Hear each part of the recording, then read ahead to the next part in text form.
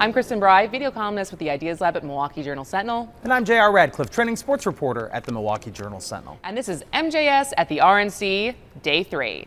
Today we are going to be talking to photographer Mike De Sisti about a special assignment that he's been on. We have some interesting celebrity sightings that have been happening at the RNC this week. And of course, we'll check in with Tamia Fowlkes, public investigator.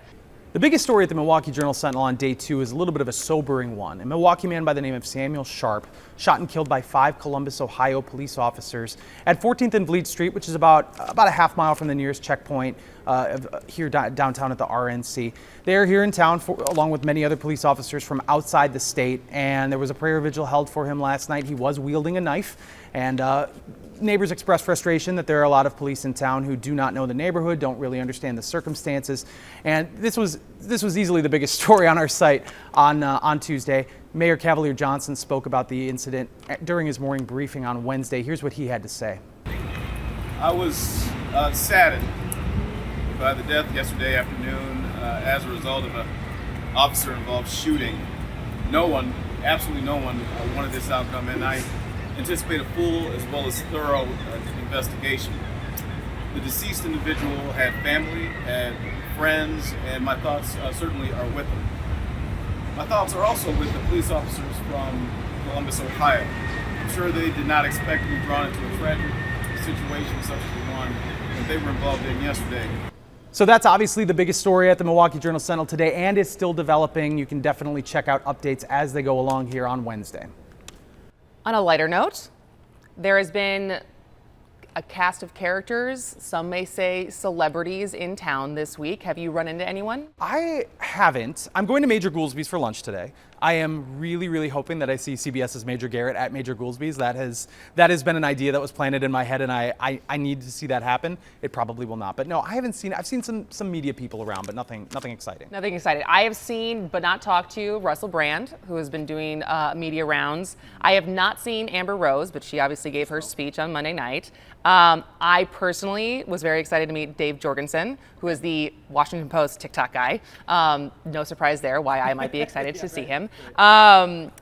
Alexi Lalas? Oh yeah, Alexi Lalas. He soccer commentator, former U.S. soccer player. He is here. He's been taking pictures or on social media. Was kind of a surprise that he was gonna go right from international soccer coverage. I don't remember if it's Copa America or Euro Cup, which one he was doing, which network he had that, but Maybe he's both. here. Maybe both. He's here in Milwaukee as well. So that's an interesting one for my purposes as a sports person. And I got to catch up with Fergatio Blow. I think I'm saying that right, who is the mayor of Magaville. And you might recognize him because he is covered in tattoos. He wears like a 14-karat gold-plated head of Donald Trump. I ran into him last night, got to talk to him a little bit about how MAGA is open arms and welcoming everybody. So that was Interesting. That was interesting. And so, but yeah, it's been keeping your eyes peeled. That's the one thing that I would have liked to know what conventions were like before cell phones, when people were actually looking up and seeing everyone around them instead of doing this all day. Yeah, for sure. But then speaking of the biggest celebrity who is here. Oh, photojournalist Mike De Sisti. That's who you're talking about. I was going to say Donald Trump, but the two of them have been spending some time together. Number 2 on the list. Yeah, I had a chance to chat with my colleague Mike De Sisti. You heard from him on Monday. He did the little scooter review of what's going on inside the hard zone, but wanted to talk to him about his job, including photographing Donald Trump. Out in front here of Pfizer Forum, J.R. Radcliffe joined by Mike De Sisti, photojournalist for the Milwaukee Journal-Sentinel. He is out here capturing the scene, what's going on inside the hard zone at the Republican National Convention. And Mike, I wanted to talk specifically about one of your jobs here this week, and that is to photograph former President Trump. Like you are in this small group of photographers that is going to at some point have an opportunity to follow him around a little bit, take images of him. Give me a sense of exactly what that entails and kind of what your expectations are. Right, yeah, so I'm in what's called the buffer zone or the buffer group. It's basically a group of about 4 or 5 photographers where we just kind of are on kind of the beck and call, like of a press Trump person, where we get a text and it says, hey, the former president's going to be here at this certain time, and you get maybe half hour, 45 minutes notice, and you just have to go. And I'm basically stationed right now inside Pfizer Forum. So most of the events that are happening are going on inside there. Give me a sense of what that's like inside Pfizer Forum, because there's a lot of people there. It's very crowded.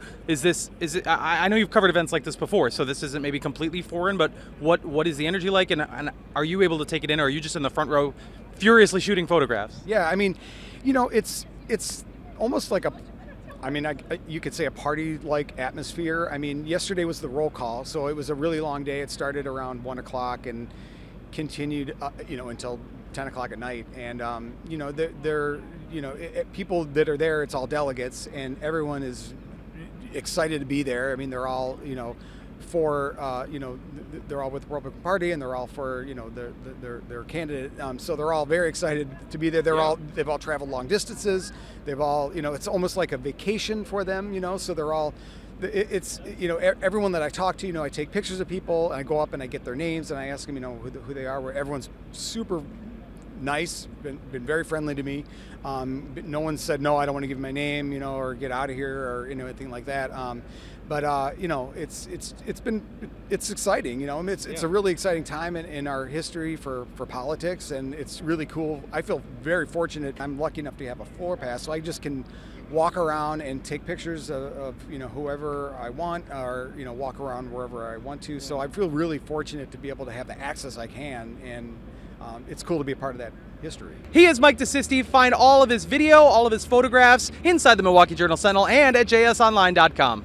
And now joining us once again is public investigator Tamia Fowlkes. And how was your day 2? Did you see any celebrities? Yeah, my day 2 was spent with a lot of walking, but I did see Amber Rose on my walk back to the office, and a friend of mine saw Jared Leto on the street. I don't know if he's here for convention or just hanging out in Milwaukee. He's performing at the rave, yeah. Okay, well, this is the place to be, clearly. Milwaukee is just a good place to visit at this time, so that was.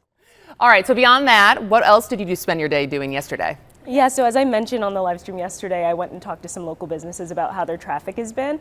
I primarily was kind of talking to businesses that are close to the perimeter or in the perimeter who are maybe seeing a little bit more business, and some of my colleagues then went to the 3rd Ward where they said it was a bit more desolate. There's not as much traffic. One of the most interesting conversations I think I had was at Major Goolsby's. They are actually kind of perfectly spotted in the perimeter by almost all the guests. You walk past it pretty much every day if you go into Pfizer, but you do have to go out of a security exit to get there, which means that if you leave the perimeter, you have to walk all the way back around to get in. So they're saying they're in kind of a middle ground space where they're excited that people are seeing them. They have some private parties booked, but they could have some more loss if they didn't have those parties to buoy them. I think that's going to be one of the biggest stories coming out of this from Milwaukee. Like, did Milwaukee gain? Did they not gain? Did they go backwards? We'll have to find all that out as even as the week goes on here. What else was there? There was a fashion show. Is that what happened yesterday as well? Well, I was actually just walking the street yesterday to see what people were wearing, kind of asking what inspired their outfits. So I talked to dozens of people who were wearing, American flag jeans, had scarves on, just dressed to the nines in their best RNC inspired outfits. So that was kind of fun to hear. I did actually run into someone who was at Trump's rally in Pennsylvania on Saturday. She was wearing the exact same shirt that she was wearing that day, kind of honoring that memory of being there and trying to, be within that moment. So it was also just an interesting opportunity to talk to people. All right, well, stay tuned to the Milwaukee Journal-Sentinel. As always, we've got this whole thing covered. Day 3, day 4, J.D. Vance is going to speak tonight. Obviously, day 4, Thursday's the big closing. So stay tuned to the jsonline.com. We'll see you again soon.